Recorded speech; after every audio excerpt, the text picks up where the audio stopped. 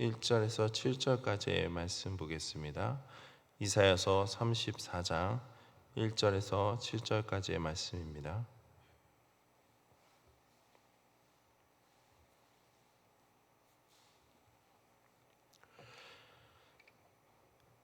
한 절씩 교도 가지고 마지막 7절은 함께 합독하도록 하겠습니다.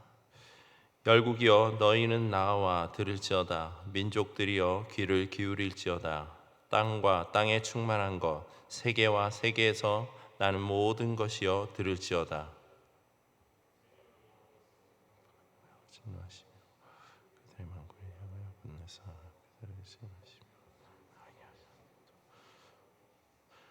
그 살육 당하는 자는 내던진 바 되며 그 사체의 악취가 솟아오르고 그 피의 산들이 녹을 것이며 하늘의 만상이 사라지고 하늘들이 두루마리 가질텐데 그 만상의 세자함이 포도나무 잎의 마른 것 같고 포도나무 잎의 마른 같으니라.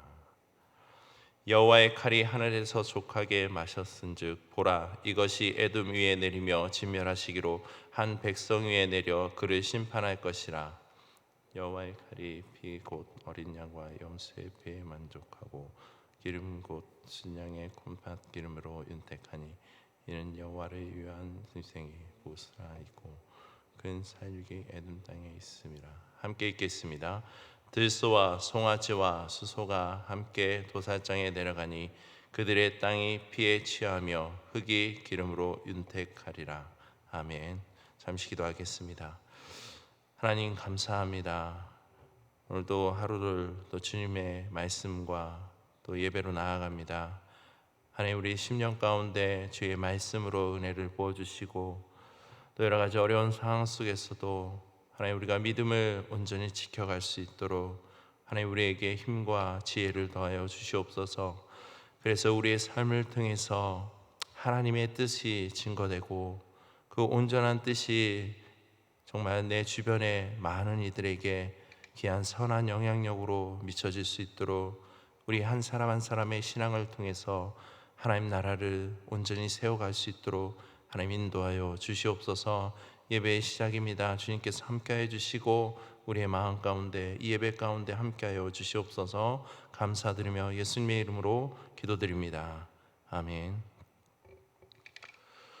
오늘 본장은 악한 자들에 대한 하나님의 심판 예언을 하고 있습니다.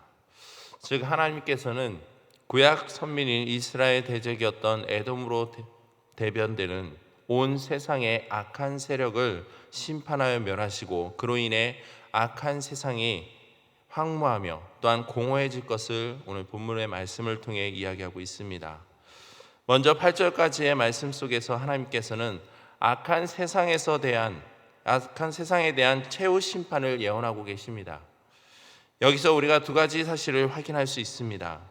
1절 중반절 말씀입니다. 땅과 땅에 충만한 것 세계와 세계에서 나는 모든 것이여 라고 말씀하고 있습니다. 여기서 땅과 땅에 충만한 것은 세상에 존재하는 모든 생물들을 총괄하는 표현입니다.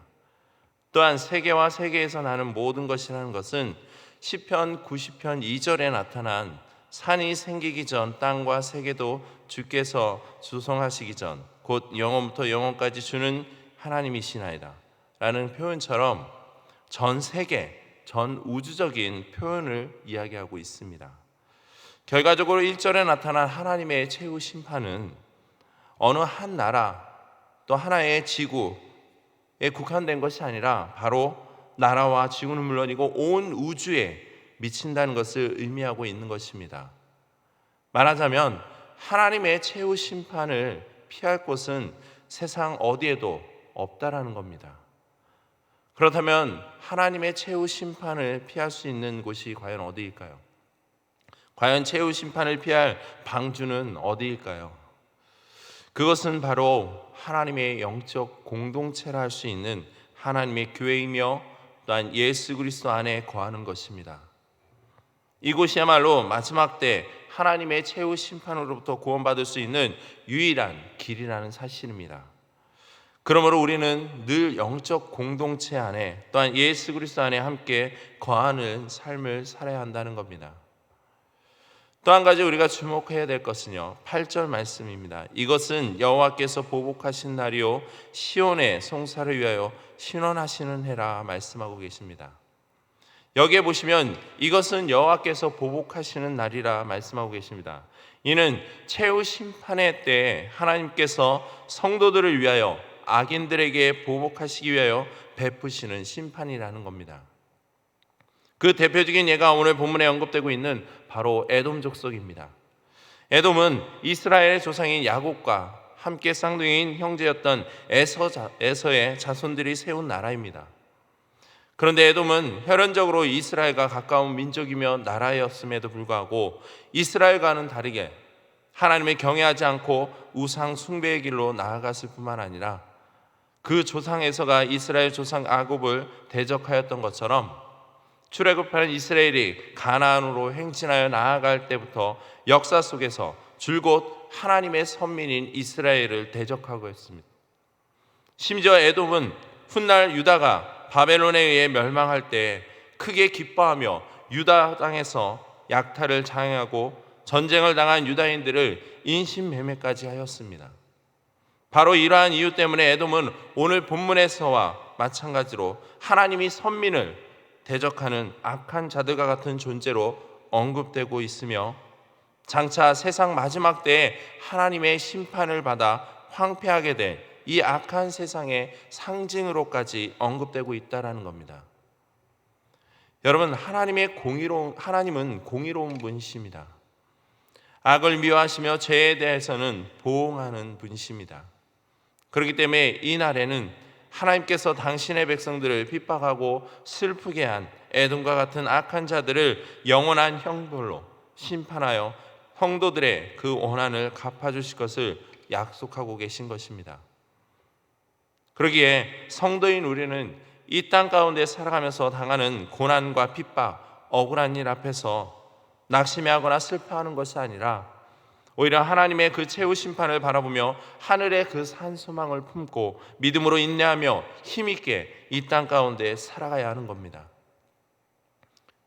그럼 마지막 때에 우리의 그 슬픔을 기쁨으로, 또한 우리의 그 아픔 가운데 평안과 위로를 허락해 주실 것입니다. 이처럼 하나님은 8절까지의 말씀을 통해서 마지막 날에 최후의 심판이 온 우주 가운데 분명하게 나타날 것임을 말씀하고 계십니다. 그리고 17절까지의 말씀을 통해서 하나님의 그 최후 심판 이후 악한 세력들이 거하던 땅의 최후 상태가 어떤지를 묘사하고 있습니다. 그 중에 9절과 10절은 에돔으로 대표되는 악한 세력들의 땅이 불타는 역청과 유황으로 황폐해질 것을 예언하고 있습니다. 이는 마치 과거 여호와의 불로 심판을 받은 소돔과 고모라의 모습을 연상케 합니다. 9절 말씀입니다. 에돔의 시내들은 변하여 역청이 되고 그 티끌은 유황이 되고 그 땅은 불붙는 역청이 된다고 말씀하고 있습니다. 여기서 에돔의 시내들은 변하여 역청이 된다는 것은 더 이상 삶에 유지하지 못하게 된다는 것과 더불어 이들이 사는 온 땅 전체가 바로 불에 휩싸이기 직전의 상태가 될 것임을 나타내고 있는 것입니다. 또한 그 땅은 불붙는 역청이 된다는 것은 땅 자체에 불이 붙어서 삶의 터전, 거주지가 흔적도 없이 사라짐을 나타내는 것입니다. 결국 인간의 죄악됨으로 인한 결과는요, 인간이 감당할 수 없을 만큼 처절하며 영원한 것입니다. 무엇보다 이러한 죄악됨은요, 인간의 삶을 물론이며 땅이 불타는 역청과 유황으로 황폐화된 모습이라는 겁니다. 이에 대해 11절에서 15절에서는 패망한 에돔의 그 실상을 부정한 동물들의 이미지를 통해 상징적으로 묘사해주고 있습니다. 이들의 땅과 거주지가 철저한 심판으로 인해 짐승의 처소로 변하는 등 사람을 찾을 수 없는 바로 황폐화된 모습임을 말씀하고 있습니다. 그리고 16절과 17절에서는 에돔 땅의 황폐화된 모습이 바로 하나님의 작정과 섭리로 말미암아 반드시 일어나게 될 것임을 다시 한 번 더 강조하고 있다는 겁니다. 이처럼 오늘 본문은 악한 세력에 대한 하나님의 최후 심판 예언의 말씀입니다. 그러나 하나님은 그러한 심판 속에서도 여호와를 의지하는 자에 대해서는 혈통이나 신분의 차별 없이 구원하실 것을 약속하고 계십니다. 우리는 이 언약의 말씀을 늘 기억하며 살아가야 할 겁니다. 하나님의 최후 심판은 분명한 사실이며 온 우주 가운데 임해질 심판입니다. 무엇보다 하나님은 당신의 백성들을 대적하고 핍박한 자들에게는 영원한 형벌로 심판하여 성도들의 그 원한을 갚아주신다는 겁니다. 또한 우리가 기억해야 할 것은 인간의 그 죄악됨은 자신의 삶을 물론이며 온 땅을 황폐화시키는 결과를 초래한다는 것을 우리는 깨달아야 합니다. 그러기에 성도인 우리는 항상 의의 길을 행하며 또한 불의한 세상에서 당하는 그 슬픔과 고통 가운데 낙심치 말며 감사와 믿음의 인내로 늘 이겨내야 할 것입니다. 하나님은 당신이 정하신 그때에 이러한 모든 사람을 선악간에 그 행위대로 심판하심으로써 완전한 그 공의를 실행하시는 분이심을 우리는 늘 깨닫고 기억해야 될 것입니다. 오늘 말씀을 통해서 우리 삶에 하나님께서 우리의 삶 속에서 우리를 통해 이루어 가시는 그 뜻이 무엇인지를 다시 한번 기억하며 늘 하나님을 의지하며 또 하나님과 함께 동행하는 그 믿음의 삶을 살아갈 때 하나님 나라가 더욱더 견고해짐을 우리가 깨닫고 살아가는 온전한 믿음의 삶이 되기를 주님의 이름으로 축복합니다.